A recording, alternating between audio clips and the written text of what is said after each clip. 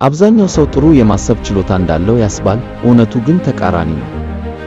በሕይወት ውስጥ ምን ያህል ሰዎች ወደፊት ሲራመዱ፣ ሲለወጡ አስተዋላችሁ? በተቃራኒ ስንት ሰዎች በነበሩበት ቦታ አዙሪት ሲሽከረከሩ ታዘባችሁ? ከዓመታት በፊት ሲታገሉበት የነበረውን ችግር ለመፍታት እስካሁን ስንት ሰው ደፋ ቀና ሲል አያችሁ? የተሻለ የማሰብ ችሎታ ያላቸው ሰዎች በየጊዜው በለውጥ ጎዳና በመጓዝ ችግሮችን በመፍታት የተሻሉ ናቸው። ሰላም፣ እንኳን ደህና መጣችሁ። ይህ የጥበብ ቤታችሁ ተሳ የዩቲዩብ ቻናል ነው። ዛሬ የማሰብ ብቃትን የሚያሻሽሉ ዘዴዎችን እንመለከታለን። በሕይወት ዓለምን በመረዳት ችግሮችን መፍታት፣ ውሳኔዎችን መወሰን ግድ ነው። የተሳለ አስተሳሰብ ሁሉንም ነገር ቀላል ያደርጋልና ሦስቱን የማሰብ ዘዴዎችን አንድ በአንድ እንመልከት። አንደኛ፣ የተሻሉ ጥያቄዎችን ጠይቁ።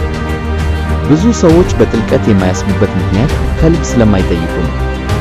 የችግር ሰማይ የተከደነባችሁ ሲመስላችሁ 5 ጊዜ ለምን እንደተቸገራችሁ በጥልቀት ጠይቁ። በጥልቀት ለጥያቄያችሁ መልስ ለማግኘት ቆፍሩ። ጥያቄ በጠየቃችሁ ቁጥር መልስ አላችሁ። ለምሳሌ ነገሮችን ጀምሬ መፈጸም ማልችለው ለምንድን ነው? ተጨናንቄ ነው። ለምንድን ነው የተጨናነኩ? ስራው በጣም ትልቅ ሆኖ ስለተሰማኝ። ለመሆኑ በጣም ትልቅ ሆኖ የሚሰማኝ ለምንድን ነው? አንድ በአንድ ስላላ የውት ይህ ለምን ከባድ ሆነ ከማለት ይልቅ ይህ ቀላል ቢሆንስ ብለህ ጠይቅ። እሺ አይሉኝ ከማለት ይልቅ እሺ ቢሉስ ብለህ ጠይቅ። ይህ አእምሮን አዳዲስ ማዕዘኖችን እንዲፈልግ እና የተደበቁ መፍትሄዎችን እንዲያገኝ ያስገድደዋል። አሁኑኑ ሞክሩት። ራሳችሁን ፈትኑ። ጥያቄያችሁን ገልቡ። አብዛኞቻችን በፍጹም የማንጠይቀው ጥያቄ ይህ ነው። ያላየሁት ነገር ምንድን ነው ብለን አንጠይቅም። ብዙ የምንጨነቅበት ምክንያት ግልጽ በሆነው ነገር ላይ ብቻ ስለምናተኩር ነው። እንዲህ በማለት ራሳችሁን ጠይቁ። የጎደለኝ መረጃ አለ? በዚህ ሁኔታ የማን አመለካከት ምክር አስፈላጊ ነው በማለትም ጠይቁ።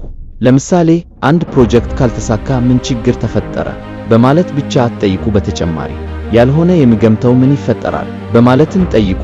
ያኔ ያላስተዋላችሁትን ክፍተት የፈጠረውን ቦታ በፍጥነት ትገነዘባላችሁ።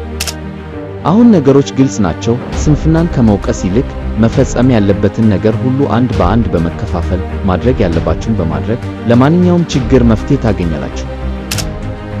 ክፍተቶችን፣ የተዘነጉ ነገሮችን በመፈለግ ራሳችሁን አሰልጥኑ። በግንኙነት ሆነ በሥራ፣ ሌላው ቀርቶ የሕይወት ግቦችንም ለማሳካት ሁሉ ያኔ ሐሳባችሁ የሚሳካበት ዕድል ሰፊ ይሆናል። ዛሬ አንድ የተሻለ ጥያቄ ጠይቁ። ነገሮችን ሁሉ በቅንነት ከመቀበል ይልቅ ለመጠየቅ ራሳችሁን አሰልጥኑ። ሁለተኛ፣ በግልባጩ አስቡ። ቀላል ነገር ግን ብሩህ የሆነ ዘዴ። ከዋረን ቡፌት እስከ ኢሎን መስክ ድረስ ሁሉም ሰው የሚጠቀምበት የአእምሮ ብልጠት በተቃራኒው በግልባጩ ማሰብ። ስህተቶችን በማስወገድ ጥይት የማይበሳው ውሳኔዎችን መወሰን። ይህን ትምህርት ስትረዱ ቀላል ይሆናል። ደካማ አስተሳሰብን አስወግዱ። አብዛኞቹ ሰዎች እንዲህ ብለው ይጠይቃሉ፣ እንዴት በምን መንገድ ይሳካልኛል ይላሉ። ምስጢሩ ግን ይህ ነው። ይልቁንስ እንዴት ልትወድቁ ትችላላችሁ? ለምሳሌ ጥሩ ግንኙነት ትፈልጋለህ? ትችትን፣ ቸልተኝነትን እና እምነት ማጉደልን አስወግዱ። አንድ ፕሮጀክት መስራት ትፈልጋላችሁ? ማዘግየትን፣ ግልጽ ያልሆኑ ግቦችን እና ደካማ ግንኙነትን አስወግዱ።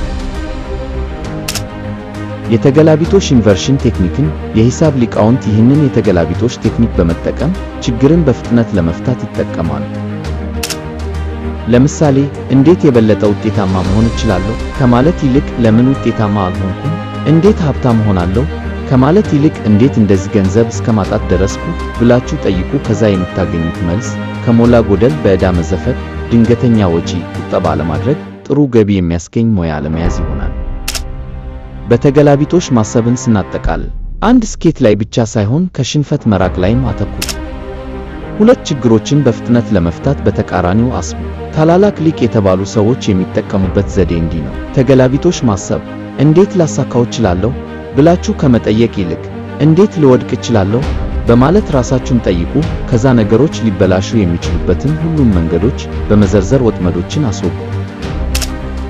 የተሻሉ ውሳኔዎችን ለማስተላለፍ እንደ መችኮል ወይም በስሜት መመራትን የመሳሰሉ የተለመዱ አድሏዊ ድርጊቶችን አስወግዱ። በፍጥነት መማር ከፈለጋችሁ ትኩረታችሁን የሚከፋፍለውን ብኩን የሚያደርጋችሁን በመለየት አስወግዱ። የተገላቢጦሽ ስታስቡ የተደበቁ ጉድለቶችን፣ ዕድሎችን እንድታውቁ ትሆናላችሁ። ሦስተኛው፣ የተማርከውን አስተምር። የተማራችሁትን አዲስ ጽንሰ ሐሳብ 90% ማስታወስ ትፈልጋላችሁ። አንድ የማይታመን ውጤታማ ዘዴ አለ። እሱም ለሌላ ሰው አስተምሩ። የፕሮግራሚንግ ባለሙያዎች ይህን አስቂኝ ነገር ግን ብልሃተኛ ዘዴ ይጠቀማሉ።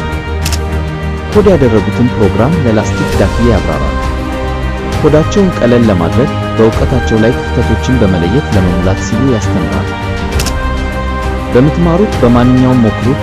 አንድ ምዕራፍ ስታነብ ለዳክዬ አስተምሩ።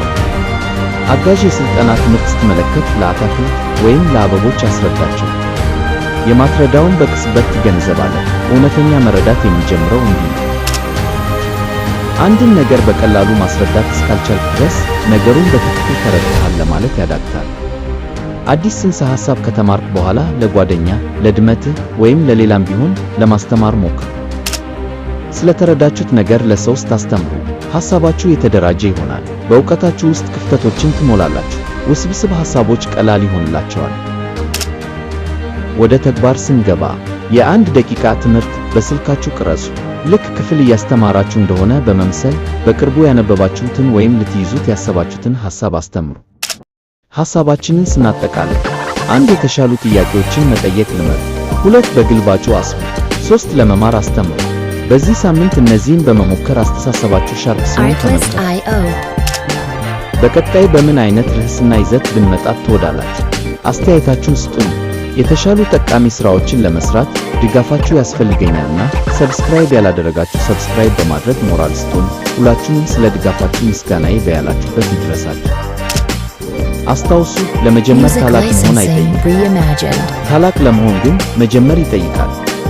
ይህ የናንተው የጥበብ ቤታችሁ ፈሳ የዩቲዩብ ቻናል ነው። ሳምንት በሌላ ቪዲዮ እስክንገናኝ በያላችሁበት ቸር ሰንብቱ።